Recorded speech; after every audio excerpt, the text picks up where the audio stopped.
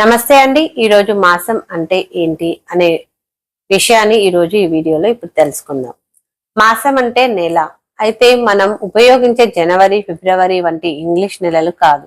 పంచాంగంలో చెప్పే మాసాలు చంద్రుని గమనాన్ని ఆధారంగా లెక్కిస్తారు. అందుకే వీటిని చంద్రమాసాలు అంటారు. ఒక చంద్రమాసంలో 2 పక్షాలు ఉంటాయి. శుక్లపక్షం అమావాస్య తర్వాత ప్రారంభమై పౌర్ణమి వరకు ఉంటుంది.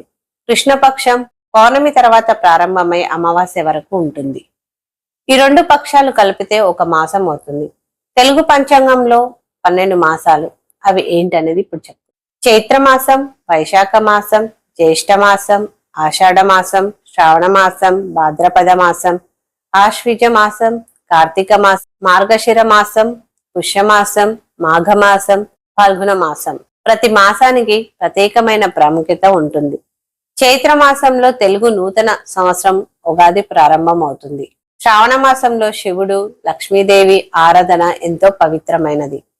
కార్తీక మాసంలో శివుడు, శ్రీ మహావిష్ణువు పూజలకు అత్యంతమైన శ్రేష్టమైన మాసంగా భావిస్తారు. మాఘమాసంలో పవిత్రమైన స్థానాలు, దాన ధర్మాలు, పుణ్యకార్యాలను పంచాంగంలో మాసం ఎందుకు చెప్తారు? ఎందుకంటే పండుగలు, వ్రతాలు, పూజలు, దానాలు, శుభకార్యాలు ఏ మాసంలో వస్తాయనేది తెలుసుకోవడానికి మాసం చాలా ముఖ్యమైనది. ఉదాహరణకు పంచాంగంలో కార్తీక మాసం అని ఉంటే ఆ రోజు కార్తీక మాసం ఉందని అర్థం. ఆ మాసానికి సంబంధించిన పూజలు, దీపారాధన, వ్రతాలు ఆచరించడం విశేష ఫలితాలను ఇస్తుందని శాస్త్రం చెబుతుంది.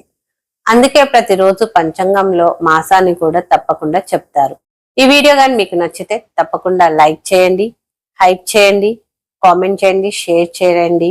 ఇలాంటి పంచాంగ హిందూ ధర్మ పూజల వ్రతాలు గురించి మరిన్ని వీడియోస్ కోసం మా ఛానల్ సబ్స్క్రైబ్ చేసుకోండి. నమస్తే.